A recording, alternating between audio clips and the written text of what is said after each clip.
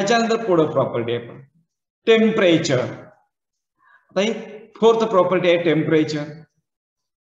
आता जर टेम्परेचर आपण काय कशासाठी यूज करतो टेम्परेचर, एखादा सबस्टन्स काय हॉट आहे का कोल्ड आहे हे मेजर करण्यासाठी आपण काय करतो टेम्परेचर.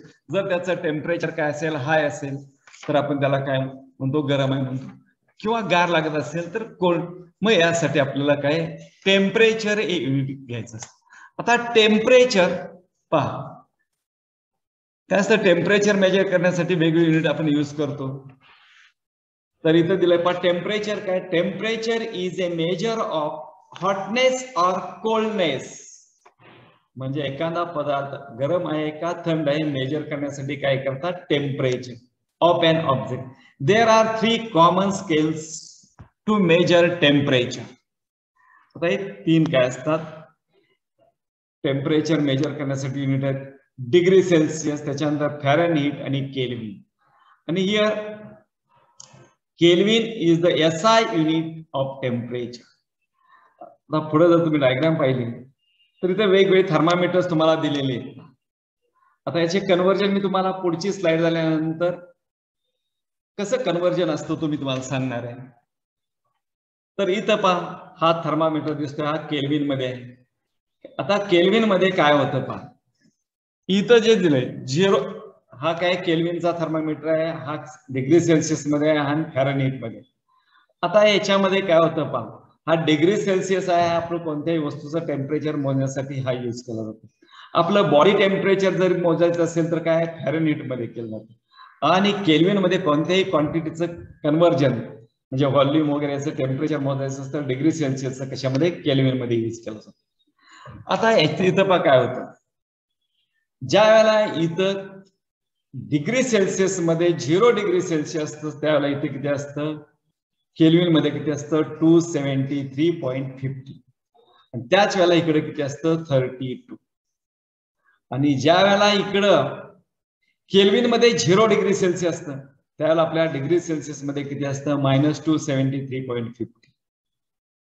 आणि मग इकडे फॅरनहीट मध्ये पण क्वांटिटी दिल्या पहा -490. म्हणजे इथं काय केलं जातं वेगवेगळे टेम्परेचर मोजण्यासाठी वेगवेगळे थर्मामीटर काय केले जातात यूज केले जातात. ठीक आहे, ही थर्ड प्रॉपर्टी आहे पहा. फोर्थ प्रॉपर्टी आहे टेम्परेचर. नेक्स्ट प्रॉपर्टी पहा लेंथ.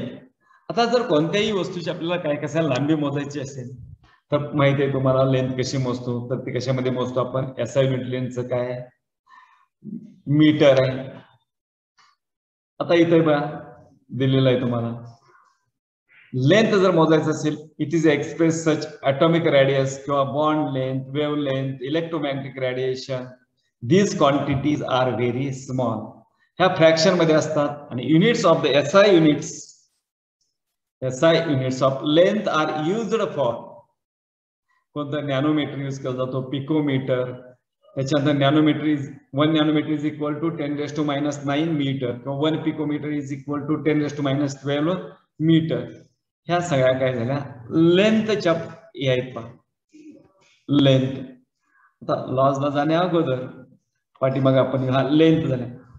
ह्या सर्व काय झाल्या फिजिकल प्रॉपर्टी. आपण एकूण फिजिकल प्रॉपर्टी कोणत्या बघितल्या पहा.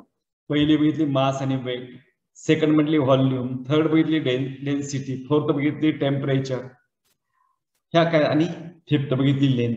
या सगळ्या काय आहेत आपल्या फिजिकल प्रॉपर्टी. आता या फिजिकल प्रॉपर्टी त्याच्यानंतर केल्विनचं डिग्री सेल्सिअसचं कन्व्हर्जन केल्विन मध्ये किंवा केल्विनचं कन्व्हर्जन डिग्री सेल्सिअस मध्ये जर आपल्याला करायचं असेल तर त्यासाठी काय करावं लागतं, तर आपल्याला काय ही काय युनिट आहेत ती युनिट आपल्याला माहिती असावी लागतात. मग फॅरनहीटचं कन्व्हर्जन तुम्ही डिग्री सेल्सिअस मध्ये करू शकता किंवा डिग्री सेल्सिअसचं कन्व्हर्जन फॅरनहीट मध्ये करू शकता किंवा ते केल्विन मध्ये करू शकता. त्यासाठी 1-2 फॉर्म्युले आहेत, ते तुम्हाला फॉर्म्युले माहित असावे लागतात. तर आपण बघूया आता ते फॉर्म्युले काय आहेत. तर फॉर्म्युले पहा काय आहे. आता मी तुम्हाला 2 फॉर्म्युले सांगतो इथं बोर्डवरती पहा. फॉर्म्युला काय आहे, जर तुम्हाला हे काय असेल फॅरनहीट याच फॅरेनहीट मध्ये जर आपल्याला कन्व्हर्जन करायचं, एकूण 3 असतात पाच आपलं डिग्री सेल्सिअस, त्याच्यानंतर केल्विन आणि हे फॅरेनहीट.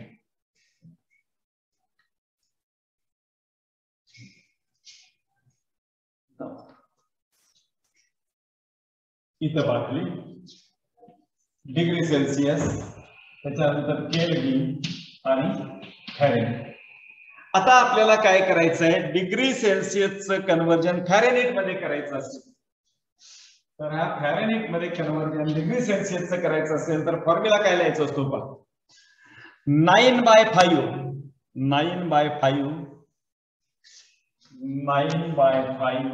ब्रॅकेट मध्ये 0 degree Celsius plus 32,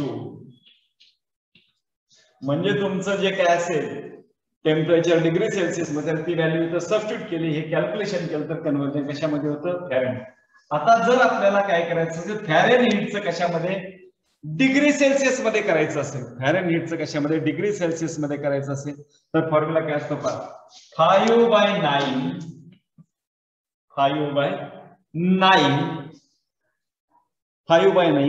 into Fahrenheit minus 32, म्हणजे इथं फॅरेनहीटचं टेम्परेचर काय करायचं, सबस्टिट्यूट करायचं आणि हे सॉल्व्ह करायचं. आता जर आपल्याला काय करायचं असेल केल्विन मध्ये करायचं असेल, जर फॅरेनहीटचं आपल्याला काय करायचं असेल केल्विन मध्ये करायचं असेल तर पहिला काय करायचं, फॅरेनहीटचं डिग्री सेल्सिअस मध्ये करायचं, आणि डिग्री सेल्सिअसचं कशामध्ये केल्विन मध्ये जर करायचं असेल तर काय केलं जातं पहा, डिग्री सेल्सिअस प्लस 273.15 हे ऍड केलं तर केल्विन, म्हणजे हे कन्व्हर्जन फॅक्टर आहे. म्हणजे इथं काय केलं जातं, डिग्री फॅरेनहीटचं म्हणजे डिग्री सेल्सिअसचं फॅरेनहीट, त्याच्यानंतर फॅरेनहीटचं डिग्री सेल्सिअस आणि इथं डिग्री सेल्सिअसचं केल्विन.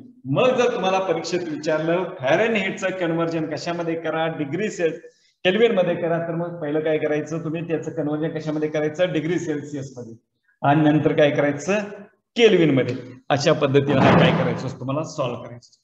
तर इथं ह्या गोष्टी झाल्या. म्हणजे आजच्या तासात आपण काय बघितलं पहा, मॅटरच्या काय बघितल्या, स्टेट बघितल्या, त्याच्या प्रॉपर्टी पाहिजे. त्याच्यानंतर आपण काय बघितलं, मॅटरच्या फिजिकल अँड केमिकल प्रॉपर्टी कशामध्ये. त्याच्यानंतर आपण जो बघितला भाग फिजिकल प्रॉपर्टी कोणत्या आहेत, तर फिजिकल प्रॉपर्टी कोणत्या आहेत, मास, weight he. Dear student, last lecture we are completed properties of matter. Which are the properties? First is mass and weight, second volume, third density, fourth temperature, and fifth length.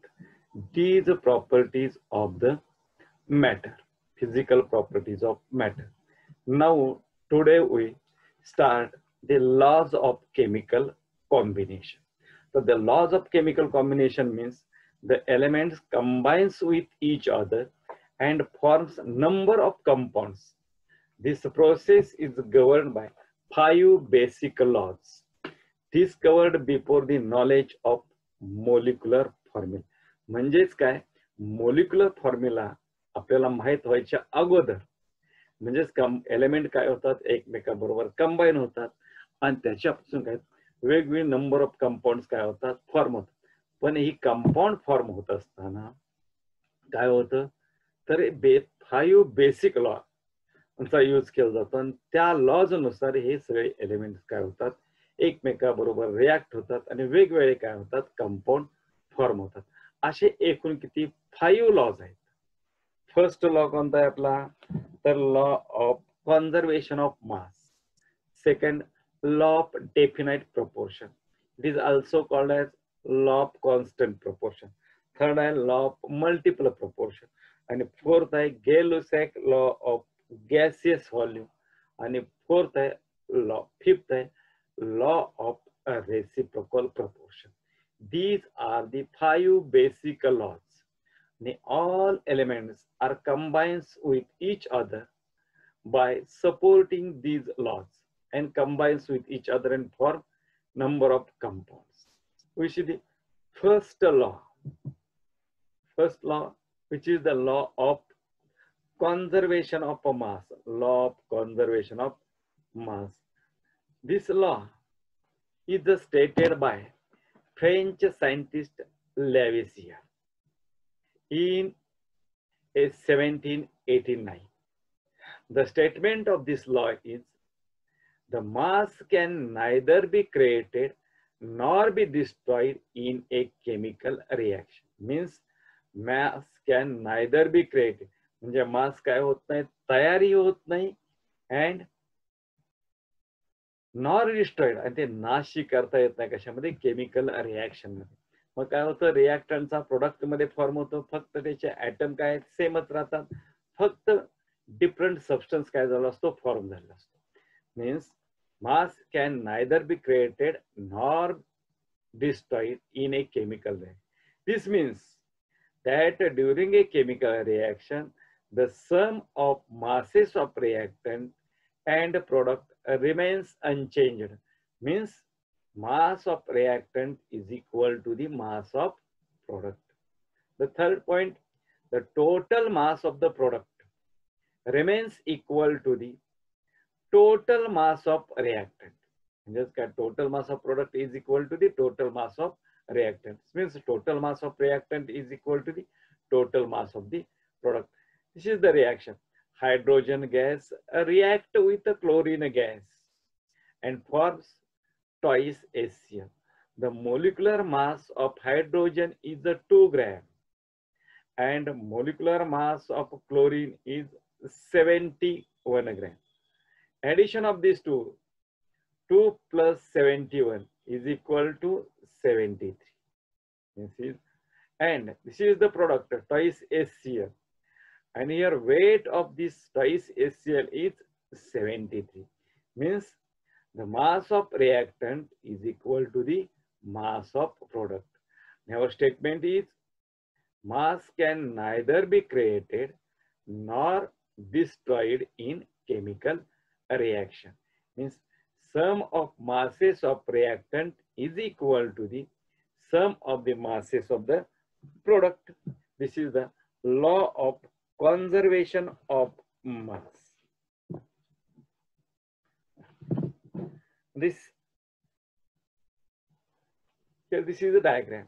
See, those two solutions is equal. Means this reactant and this product both have equal masses. And this is the law of conservation of mass. This is the first law. Then second law, that is called as law of definite proportion. Law of definite proportion. Law of constant proportion. The scientist Claude Joseph, it is also French scientist, and he stated the law of definite proportion as follows. The statement of this law is, a given compound always contains exactly same proportion of element by weight, irrespective of the source. A given compound always contains same element in the same proportion. That means त्याचं meaning काय, ज्याला कोणताही compound काय होत असेल, form होत असेल, तो कोणत्याही मेथडने फॉर्म होतो, नॅचरल फॉर्म असेल किंवा आर्टिफिशियल फॉर्म होत असेल, त्याला जे कंपाऊंड फॉर्म होत असतात त्याच्यामध्ये जे एलिमेंट असतात ते कोणत्या जरी मेथडने फॉर्म केलं तरी त्याचे जे प्रपोर्शन असतं हे काय असतं, सेम असतं, कोणत्याही मेथडने तुम्ही फॉर्म करा. यालाच काय म्हणतात, law of definite proportion. Here example पहा, the mass percentage of hydrogen and oxygen in water. आता तुम्हाला माहिती आहे वॉटरचा फॉर्म्युला काय, H2O. The mass percent of hydrogen and mass percentage of oxygen in water is काय पहा, 11.11% hydrogen and 88.89% oxygen. These percentage are true for all water molecules in the universe. म्हणजे universe म्हणजे काय, या पृथ्वीवरती जेवढे काय पाण्याचे वॉटरचे सोर्स असतील, कोणत्याही सोर्सनं तुम्ही काय केलं, वॉटर ऑब्टेंड केलं, वॉटर मिळवलं, तर त्याच्यामध्ये हायड्रोजनचं जे पर्सेंटेज असणार आहे ते किती आहे 11.11% आणि ऑक्सिजनचं जे पर्सेंटेज आहे ते काय 88.18 आहे. आता हे कसं कॅल्क्युलेट केलं जातं? The mass of hydrogen, hydrogen means H2O, याचा मोलर मास किती आला 2 into 100 divided by molar mass of water, वॉटरचा मोलर मास किती आला 18, म्हणजे 2 into 100 divided by 18 means is equal 200 by 18 म्हणजेच काय आलं 11.11. तसंच ऑक्सिजनचं कसं केलं जातं पहा, ऑक्सिजनचं काय वॉटरमध्ये H2O आला, ऑक्सिजनचा मास किती आला 16 into 100 डिवायडेड बाय 18 हे काय मोलर मास ऑफ वॉटर. याचं मल्टिप्लिकेशन केलं तर काय 1600 divide by 18 is equal to 88.89%. कोणत्याही कंपाऊंडचं काय करायचं असतं या पद्धतीने काय करायचं असतं पर्सेंटेज काढायचं असतं. आता इथं खाली काय वेगवेगळे सोर्सेस दिले आहे पहा, हे रिव्हर आहे, हे रेन वॉटर आहे, हे टॅप वॉटर आहे किंवा वेल्स असेल किंवा लेक्स वॉटर असेल, कोणत्याही प्रकारचं वॉटर असेल तर त्याचा फॉर्म्युला काय असतो सेमच असतो. तो कोणता आहे H2O. म्हणजे पहा all water molecules have the same proportion by mass in the above figure. The first is river water. River water, river वॉटरचा पण फॉर्म्युला काय असणार आहे तुमचा H2O, त्यामध्ये हायड्रोजनचं पर्सेंटेज 11.11 अँड ऑक्सिजनचं पर्सेंटेज 88.89. त्याच्यानंतर सेकंड आहे रेन वॉटर, हे रेन वॉटर आहे. आता रेन वॉटरचा पण फॉर्म्युला H2O, त्याच्यामध्ये पण हायड्रोजनचं पर्सेंटेज हे असणार आहे, ऑक्सिजनचं पण पर्सेंटेज हे असेल. त्याच्यानंतर थर्ड पहा अँड टॅप वॉटर, हे म्हणजे आपल्या नळाचं पाणी आहे tap water. Tap water also general formula of water is H2O, hydrogen containing this amount and oxygen containing this amount. Water have a fixed composition of hydrogen is 11.11% and oxygen is 88.89%. And this is the law of definite proportion. And this is stated by Joseph Proud, a French scientist. Then next, law of multiple proportion. Law of multiple proportion. Here, this law is proposed by scientist Dalton. हा law Dalton काय केलेला आहे, propose केलेला आहे in 1804.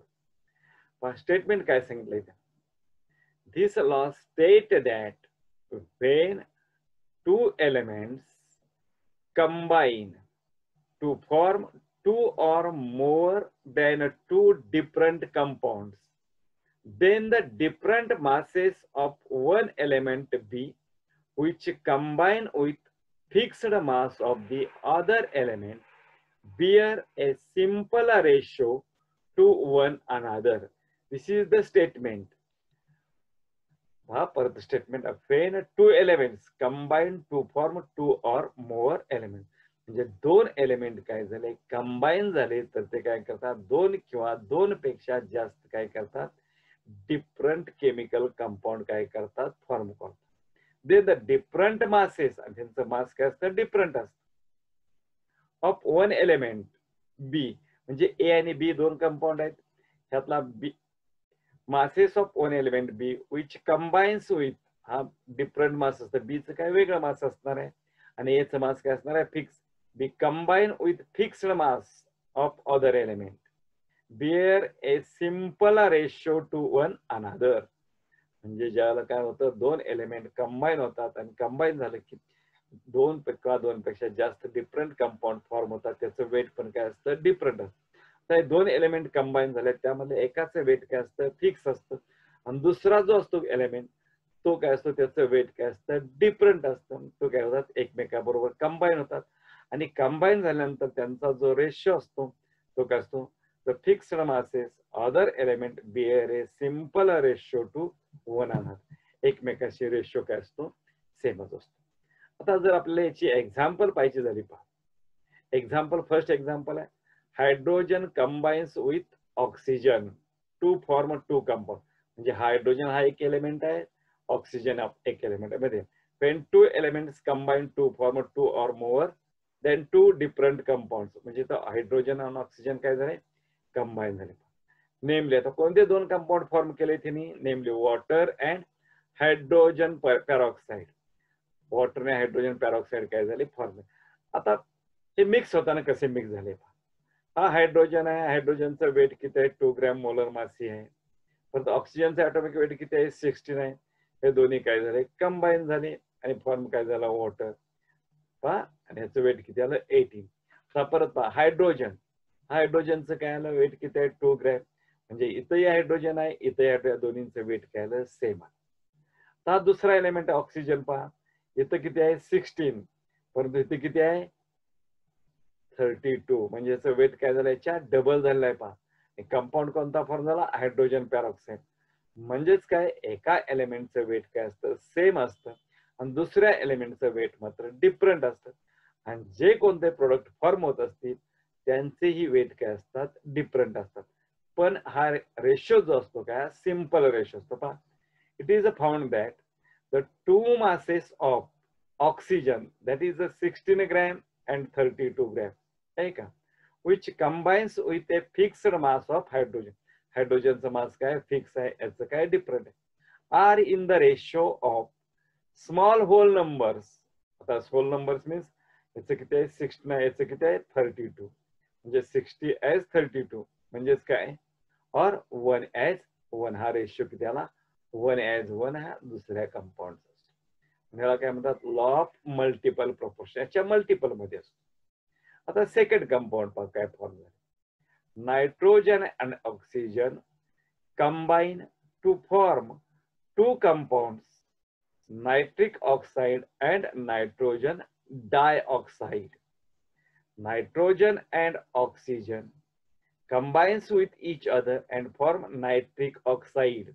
Here the atomic mass of nitrogen is 14 gram and oxygen is 16 gram, and here form nitric oxide is a 30 gram.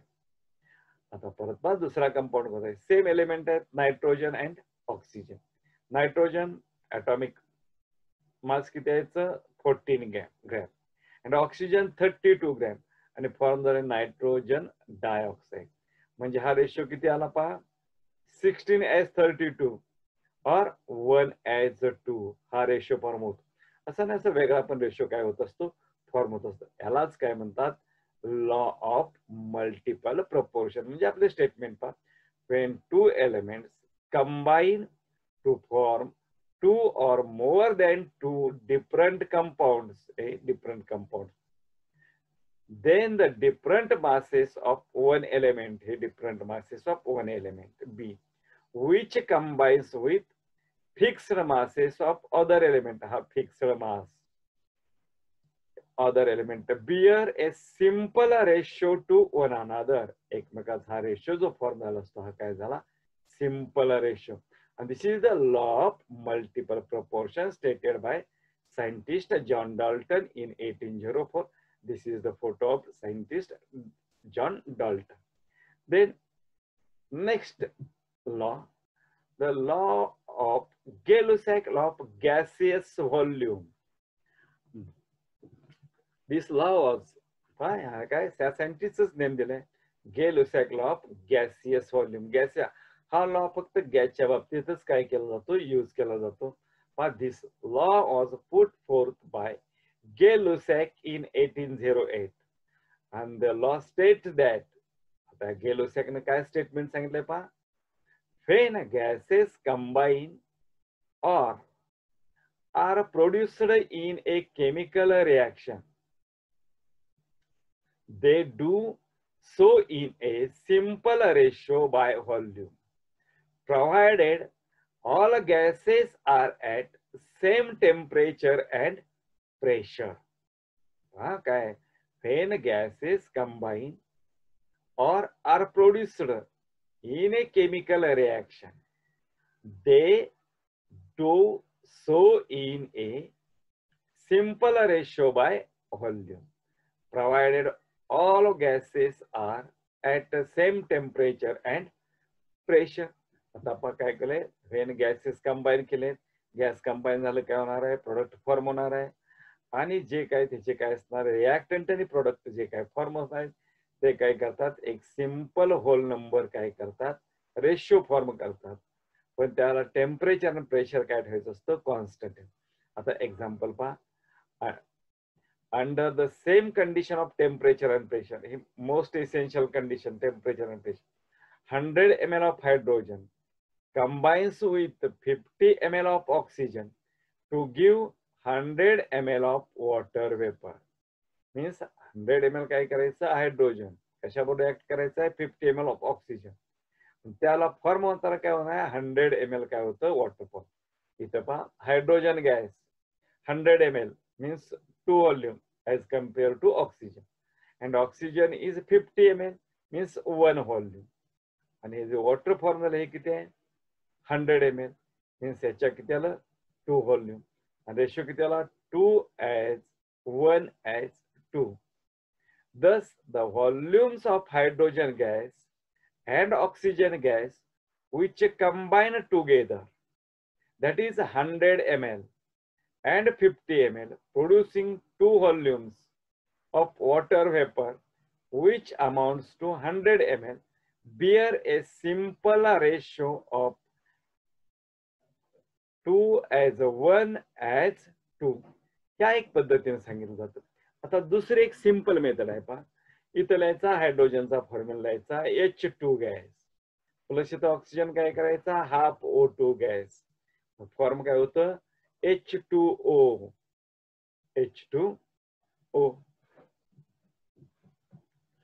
किंवा मग असं लिहिलं जातं H2 प्लस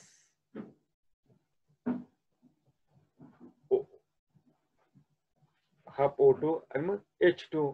मग इथं रेशिओ तो 2:1:2. म्हणजे आता हा फॉर्म्युला कसा होतो, ट्वाईस H2O घ्यावं लागतं इथं, ट्वाईस H2O, देन O2, मग ट्वाईस H2O, म्हणजे 2:1:2. हा काय होतो, simple ratio. Means when gases combines or are produced in a chemical reaction, they do so in a simple ratio by volume, provided all gases are at same temperature and pressure. हा झाला कोणता, Gales. आता या प्रत्येक लॉचं हे statement आहे, याच्यावरती question कसा असतो, कोणताही स्टेट अँड एक्सप्लेन. म्हणजे काय, state and explain law of conservation of mass, 2 marks साठी. किंवा तुमचा सेकंड लॉ पहा, state and explain law of definite proportion. मग थर्ड काय, state and explain law of multiple proportion. किंवा fourth, state and explain Gay-Lussac law of gases volume. या टाइपचे question याच्यावरती विचारले जातात परीक्षेत. डेफिनेट एक क्वेश्चन याच्यावरती असतो 2 मार्काचा. आणि जो तुमचा फोर्थ लॉ आहे, फिफ्थ लॉ आहे कोणता, लॉ ऑफ रेसिप्रोकल प्रपोर्शन. इथं काय आपल्या चॅप्टर मध्ये एक्सप्लेन केलेलं नाही, पण तुम्ही हा लॉ बघून ठेवायचे. ज्याला नेट किंवा जेईई ची परीक्षा द्यायची आहे त्यांनी हा लॉ काय करायचा, प्रिपेअर करून ठेवायचा आहे, लॉ ऑफ रेसिप्रोकल प्रपोर्शन. असे आपण काय एकूण 4 लॉज पाहिलेले आहेत. तर हे 4 लॉज आहेत. कोणकोणते लॉज आहेत पहा परत, इथं आपण पाठीमागे जाऊ. इथं आहेत हे लॉज ऑफ केमिकल कॉम्बिनेशन. आणि एकूण किती लॉज, हे लॉ ऑफ केमिकल कॉम्बिनेशन काय, नंबर ऑफ 2 एलिमेंट काय झाले, कंबाईन झाले तर काय होतात, वेगवेगळी कंपाऊंड फॉर्म होतात. आणि ते लॉ डिस्कवर्ड कधी झाले, before the knowledge of molecular formula. हा मोलिक्युलर फॉर्म्युला माहित नव्हते, त्याच्या अगोदर हे लॉ काय झाले, फॉर्म झाले.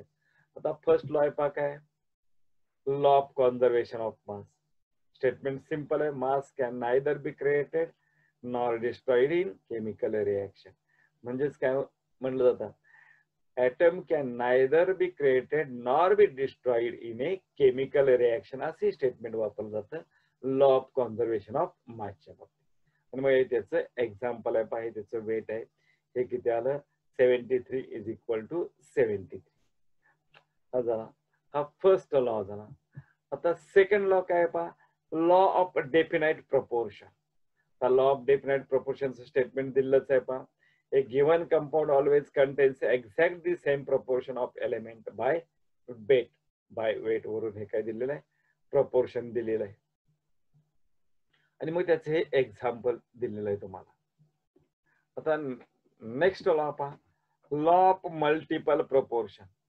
हा law of multiple proportion statement काय पहा, when two elements combine to form two or more than two different compounds, then the different masses of one element b which combines with fixed mass of other element bear a simple ratio to one another.